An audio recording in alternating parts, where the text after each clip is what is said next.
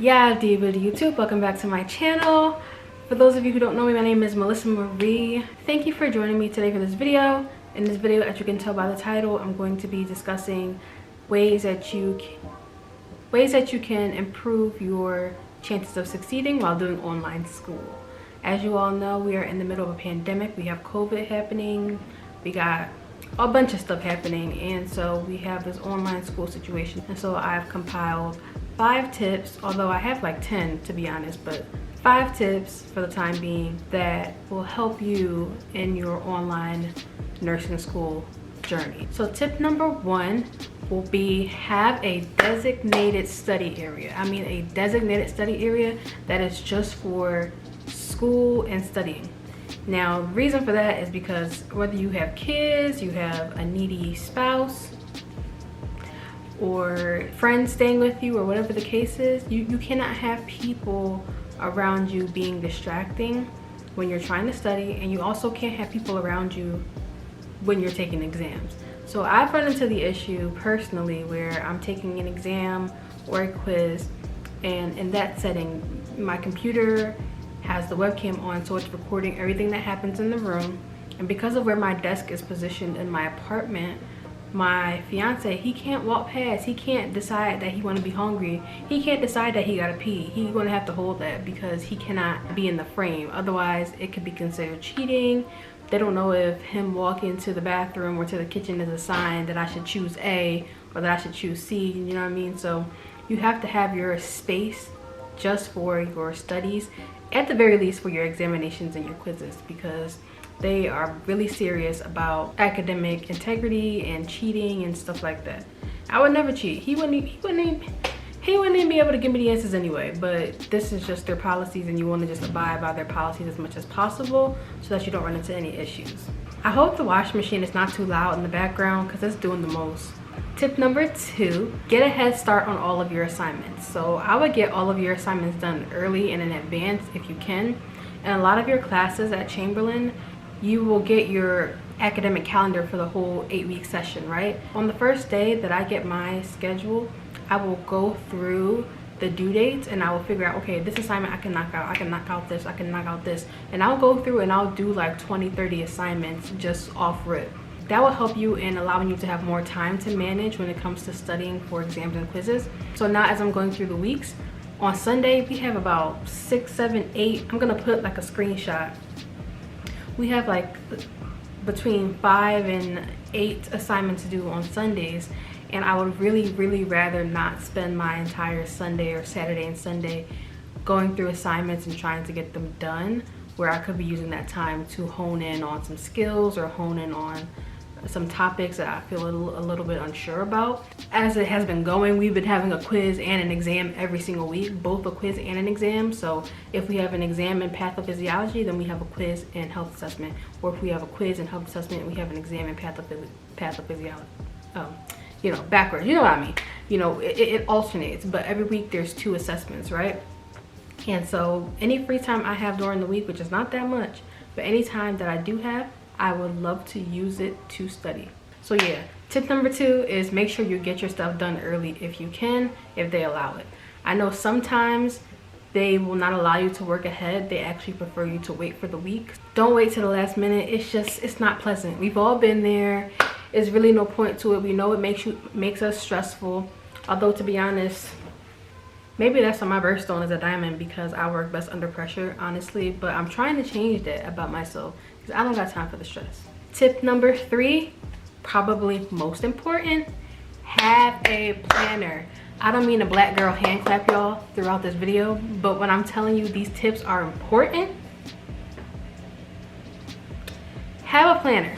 Let me show you my planner. Here's my planner. Now I keep this thing with me. Not like I'm going nowhere, I'm having online class, but it stays with me. I keep it on the bookshelf right next to Bay, ex-Bay, he's ex-Bay. But right next to John Mayer, I keep my planner, right? I've done a video on this, but you know, you see how I write my, oh well, you're not gonna see that because the exposition is wild.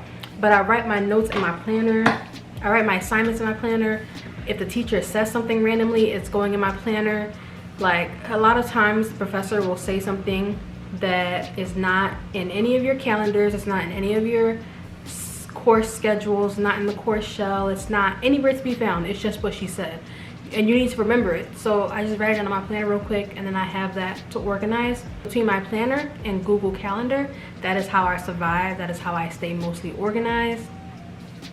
I would suggest some kind of mobile version of a calendar as well, in addition to your planner. If you're somebody who likes to flip through pages, then that's great. But when I'm on the go, like say if I'm in Target and I'm trying to remember, damn, do I have an assignment due? Do I have something due? I want something a little bit more accessible, so I will go onto my Google Calendar to verify, okay, yes, I have this to do. When I get home, I can look at my planner and say, okay, this is what the assignment was in detail, and this is what I gotta do. I'm gonna do it now. So yes, that's tip number 3, get you a planner. It just, honestly, just think about it. It's called a planner, right? Aren't you planning to succeed? How you gonna plan to succeed without a planner? You gotta have a planner. It's funny because I never used to call it a planner. I used to always call it an agenda. Because I think we call it an agenda, but whatever it is, have one. Tip number 4, especially if you go to Chamberlain, use the resources that they afford you. Honey, first of all, your tuition is expensive enough. It really, really is. But second of all, the resources are actually really, really good. So there is a system, or there's a department called CAS, which stands for Center for Academic Success. And now that we are all online, there's a BCAS, so it's the Virtual Center for Academic Success. But at BCAS or CAS, they have many students, old students, and higher professionals who tutor you in different subjects. If you need help in like anatomy or micro, or you're not catching a math concept, you need some geometry help or whatever it is. I'll just say for my classes now, say you don't understand the flow of blood through the heart for pathophysiology, so you're struggling with that concept. They have the means to break it down to you in a way that's different than how your professor might have tried to, and they're very, I feel like they try their best to be accommodating to people's real life everyday schedules, because they have multiple times where they have reviews and stuff. I think almost every single week they have a review before an exam or a quiz. I know every Monday they have a review at 8 a.m. and 3 p.m. And I know they have a review at 12, like on Wednesdays or Thursdays or something. But the schedule is easy to find. You know which classes are meeting when, you know what review is happening when. And even if you're not able to make the review, they also record them and post them onto your course shell. So you have no excuse not to watch, and make sure that you're absorbing and understanding the information. Besides the resources that are provided to you via Chamberlain, there are also a ton of other resources out there. It is 2020, y'all. You gotta get with the times. If you're not here for the technology, then sis or bro, I'm so sorry, but you're gonna struggle. You're gonna have to get with the technology. I know I've spoken to a few of you who have expressed kind of a fear of this technology age, but it really is the day and age that we are in. When you think about the future, when we all get jobs, because we're all gonna be great nurses, they use an Epic system a lot of places, or a Pyxis, or they use computerized systems. They chart via computer, they share information via computers. It's all computerized, so you have to get with the technology. Don't let it scare you. Don't let the technology own you. You got this. Doing online school is like annoying, of course, for like laboratories and clinical type stuff, but in general, you got this. Don't let it control you. As far as resources go as well, remember there's also YouTube that has plenty of videos, plenty of people explaining stuff. Khan Academy, there's Google, good old Google, Instagram hashtags. You can find information literally anywhere on any kind of social media platform, and it's very, very helpful. Sometimes hearing things multiple times will get you to understand it, and also sometimes seeing a different person's perspective on it will get you to understand the concept much better than your professor.